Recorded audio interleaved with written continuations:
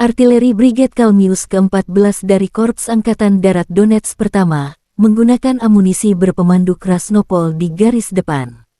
Amunisi berpemandu laser-in menghancurkan sekelompok peralatan dan artileri, serta depot amunisi pasukan Ukraina ke arah Avdiivka. Video dipublikasikan tanggal 28 April di akun resmi militer Donetsk.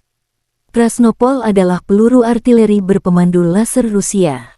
Konsepnya mirip dengan M712 Copperhead buatan Amerika. Itu dirancang untuk menyerang tank, kendaraan lapis baja, bangunan, bunker dan berbagai benteng lapangan, target air, dan sebagainya. Ini dikembangkan oleh Biro Desain Instrumentula. Pembangunan dimulai pada akhir 1970-an. Akhirnya militer Rusia menggunakan peluru kendali ini selama sejumlah konflik militer, termasuk aksi militer baru-baru ini di Ukraina dan Suriah. Krasnopol telah diekspor ke China, India, dan mungkin beberapa negara lain. India memperoleh total 3.000 peluru kendali. Berat cangkang 50,8 kg. Hulu ledak berbobot 20,5 kg dan mengandung bahan peledak 6,4 kg. Versi dasar memiliki muatan terpisah, yang dipasang ke hulu ledak sebelum ditembakkan.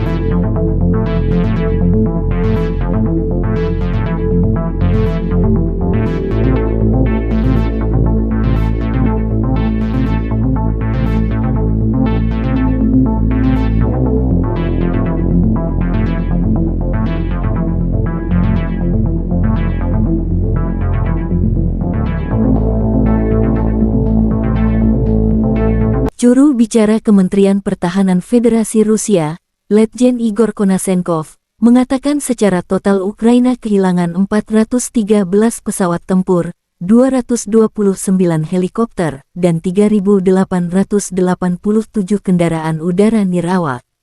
Selain itu, 421 sistem pertahanan udara, 8.887 tank dan kendaraan tempur lapis baja lainnya, 1.095 kendaraan tempur dilengkapi dengan MLRS, 4.679 meriam dan mortir lapangan, serta 9.820 unit kendaraan militer khusus telah dihancurkan sejak awal operasi militer khusus.